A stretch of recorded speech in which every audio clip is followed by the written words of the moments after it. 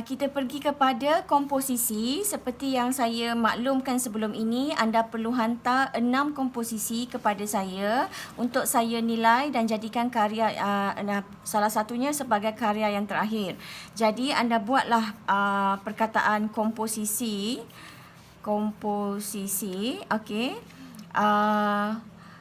Ataupun kita panggil susun atur lah ya, susun atur pada sesuatu rekaan. Jadi yang pertama sekali, anda dapatkan kertas anda jangan buang masa dengan melukis satu bahagian yang besar. Cukup anda buat saiz lebih kurang gunakan 4 segi tepat ya. Jangan buat 4 segi sama. Okey, 4 segi sama macam ini contoh. Yang ini macam ini, sama ni salah. Saya tak nak anda buat macam itu. Saya nak anda pakai 4 segi tepat. Ya. Jadi sebab apa? Sebabnya saiz karya anda adalah 2 kali 2 kaki. Jadi bila desain anda buat saiz yang berbeza, nanti ada masalah, saya takkan luluskan. Ya. Macam mana awak buat penat pun saya takkan luluskan. Sebab saya dah bagi tahu awal, anda kena buat saiz 4 segi tepat. Okey, jangan buang kertas ataupun kita membazir. Alright, so dalam satu kertas ni anda boleh buat 2 rekaan. Okey, saya nak anda buat 2 rekaan. Awak buatlah petak ni siap-siap. Alright. Pastikan balance lah ya, yang saya tunjuk ni nak cepat, jadi mungkin tidak berapa sempurna sangat. Jadi sebelum anda mula, sekurang-kurangnya anda sudah ada perancangan bagaimana aku nak susun desain.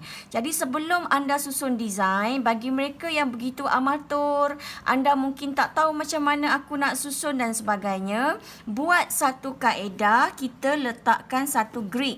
Satu grid ni kita tidak tekanlah garisan tersebut. Maknanya kita cuba susun aturkan perkara tersebut mengikut kita punya kreativiti lah ya. Jadi kita very light, kita sapukan, goreskan dekat sini dan kita rasa kita nak buat dia mungkin desainnya agak memanjang dekat sini. Okey, 2 ni kita nak buat macam ini dan mungkin seterusnya kita nak buat satu layout lagi, dia pergi kepada melintang begini. Mungkin kita sengajalah buat ianya begini dan adalah yang lebih kurang begini. So bila anda ada grid ini sebagai panduan untuk anda meletakkan motif-motif anda, yang mana satu ianya sesuai. Jadi tak adalah nampak bosan sangat. So ini idea untuk grid, mungkin design 1. Okey, saya minta anda letak number supaya senang untuk saya menilai nanti. So yang ini dijadikan design 2.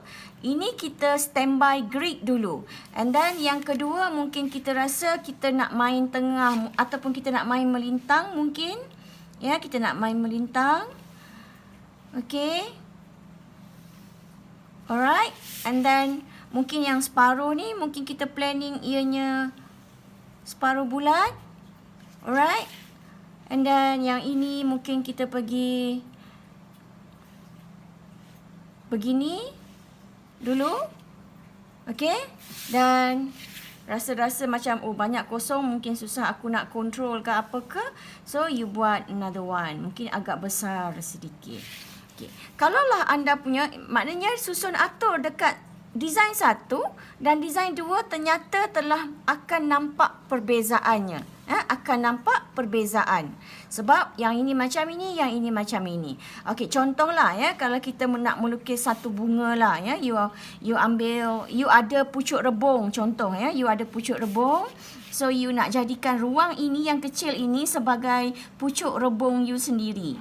Jadi you akan design, yang ini you boleh tekanlah lepas yang tadi tu because of you nak padam. Jadi you jangan tekan kuat-kuat sangat. So yang ini you betul-betul jaga. Because you nak kawal dan nak mengolah desain tersebut supaya ianya tidak nampak bosan. Jadi bila kita buat, mestilah mengikut kreativiti kita. Kalau kita buat semua sama, mungkin akan nampak lebih bosan. Okey, ini ideanya. Dan mungkin dekat sini you akan masukkan bunga. Sorry, mungkin pensel saya tak berapa nak cantik. So dia alright, this one is 4H tak berapa. Kita pergi kepada 2B sajalah ya. So kita letak. Ini cadangan ataupun ini motif yang mungkin saya tak ada buat olahan motif lah ya. Saya tak ada buat. Saya bayangkan anda telah buat olahan motif dan anda tahu apa motif yang sesuai yang anda nak letak pada bahagian ini. Okey, yang ini saya buat based on mengantuk saya lah ya.